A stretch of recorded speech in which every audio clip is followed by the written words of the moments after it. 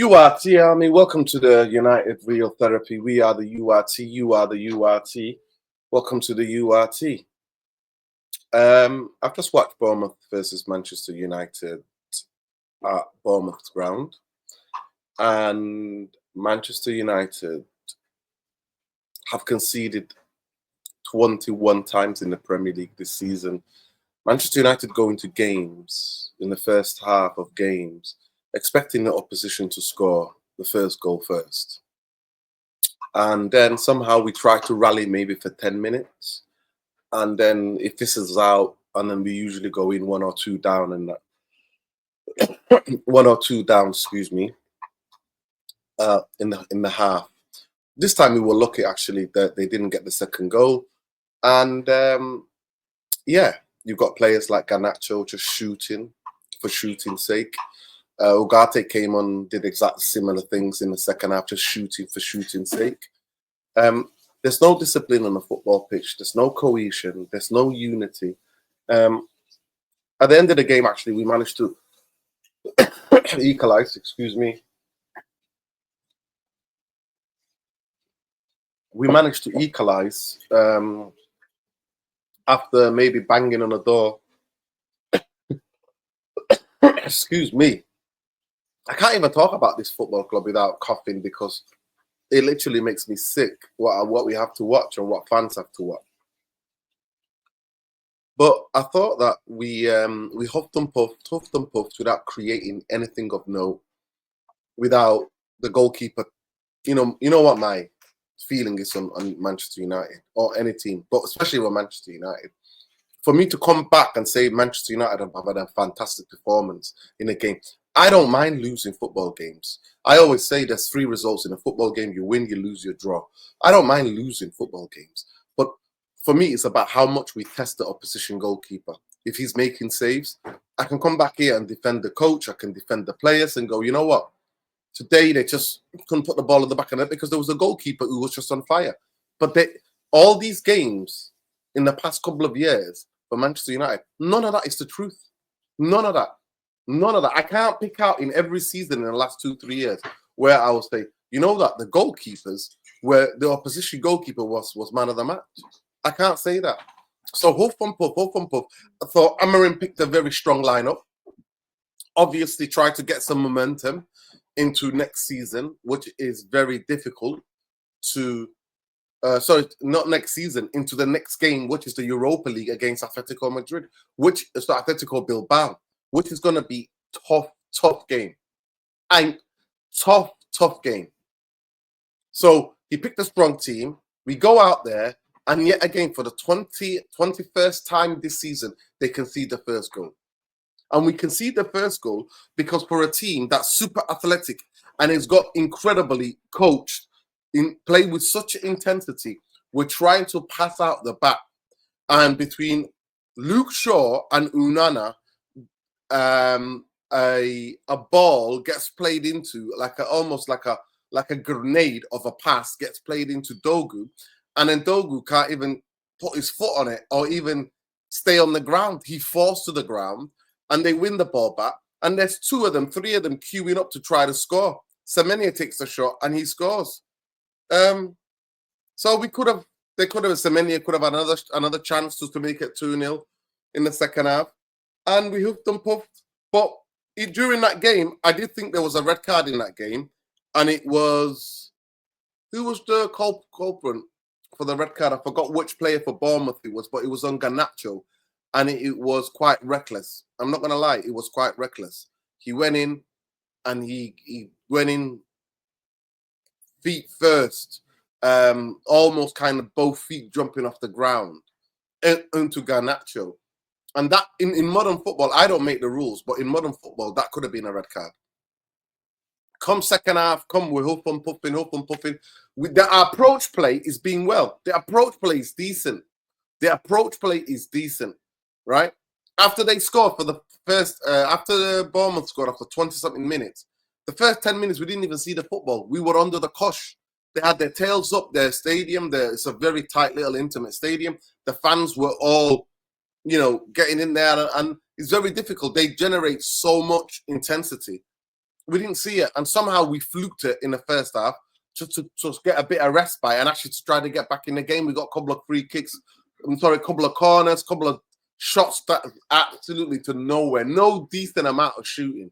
The amount of shots we had today, but if you really looked at how many of the shots are quality, I think I can only remember maybe one shot of Bruno. That any other day he tried to place it in the top bins in the top corner. That was it. All the other shots were just scuffed, rushed, like amateur. What worse shots than you would see on a Sunday league football pitch.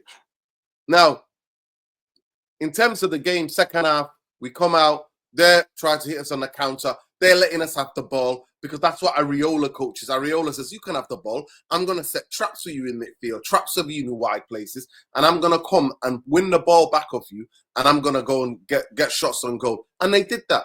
And they could have scored. Semenya should have scored in the second half. Should have took that chance. Bruno should have maybe got us back in the game with another chance. At the end of the day, 70th something minute, their striker, the Brazilian striker, he goes in on Masraoui, and it's almost really reckless. Now, you might say he slipped, but Manchester United don't get benefit of the doubt. When our players have slipped and look like they've gone in 2 feet because of the way they slipped, we don't get that. It's a red card. And today, who was pissing me off was Alan Smith. You are an absolute dreadful of a co-commentator, Alan Smith. It's shocking how much you hate Manchester United. It's shocking how much you try to tell us, oh, that's not reckless. At the end of the day, there's no accidental kind of BS in the rules. It's either is a dangerous tackle or is not. That where his body's out of control, because we don't get the benefit of the doubt. And I've never heard you once giving anybody the benefit of the doubt. But anyway, he gets sent off. Then, obviously, they're already set back. They go deeper and deeper into their box. We hoof and puff. The changes come. Ugarte comes on for Mainu gets taken off. Casemiro gets taken off. Maguire get taken off. We bring on Lindelof. We bring on Ugarte. We bring on Mason Mount. And then we hoof and puff, hoof and puff, hoof and puff. Luke Shaw goes to right centre-back. And then, obviously, because we got not right centre-back, left wing back, and then we get the ball up the pitch, we bang on the door, and again, all the shots that we're taking are not enough to the quality. Luckily, the ball came across, I think it might have been Dogu, somebody crossed it. Ugarte got his foot to it, and then the ball went to Rasmus, who just smashed it into the bottom corner. At that time, I think it was 95th minute. It was 9 minutes extra time, 9 minutes. And then what do? We, instead of getting the winner and try to take a much needed momentum onto Thursday against Club Atletico Bilbao, we start doing some absolute madness. Luke Shaw can cross the ball. He plays it out of touch. I mean, some of the things that they're doing today, honestly, if you watch that game. But my big question I've saved it to my last bit of analysis that I really want to get your views on. I'm saving it for now. And what that is, Amorim, the club, majority of the fan base have brainwashed a lot of the fan base into thinking that next season is next year. Next season is 2.5 months, 3 months away. So what is fundamentally going to change? Please explain to me what's fundamentally going to change. To me, the responsibility lies with you-know-who. Jim Glazer and the Glazer family. And the Ineos. What would I say? What's the word I'm looking for? The Ineos frauds. That's the word. Frauds who have basically written off the season. And now all of the fan base and everybody else is swallowing this, saying, oh, yeah, but you know what? We just can't. I mean, it's just the season's over, isn't it? So explain to me in 3 months or 2.5 months, what fundamentally going to change in this team? Explain to me. I beg you to get in the comments. You think they're buying 5 players to go straight into that first team lineup? Do you genuinely believe that that's what they're going to do? They're going to buy 5 or 6 players, go straight into that starting lineup? Is that what you believe? And the pressure that's going to be on those 5, 6 starting lineup players next season is going to be huge and immense. Do you think other teams are not going to improve? Do you think all the teams that are at the bottom of that part where we are not going to improve? Do you not think Leeds are going to come up and try to make a go of it? Do you not think Burnley are going to try to make a go of it? Do you not think Bournemouth are going to try to build on? Brighton are going to try to build on? West Ham, Everton. Do you not think all these teams that we're mid-table mediocre now, we're bottom half mediocre. We used to be mid-table mediocre. Now we're bottom half mediocre. The question is, get in the comments. I really genuinely want to hear what you guys think. Large parts of the game, especially when we went to 10 men, the approach play I didn't mind.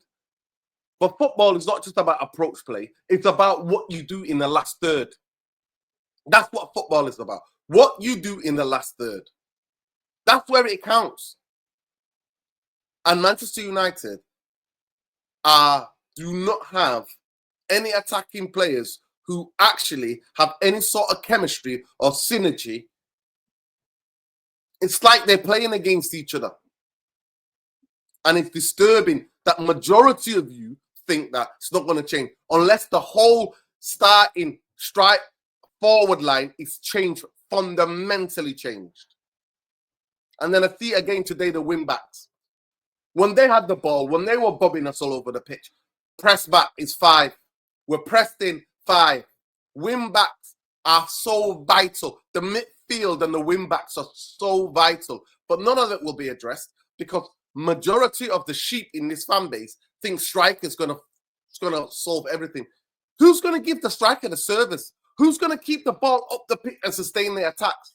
Let me know in the comments as well. I don't want this video to go too long. But I'm not staying in when it's sunny in Manchester to go and do a massive podcast of later on to talk about what I've just seen.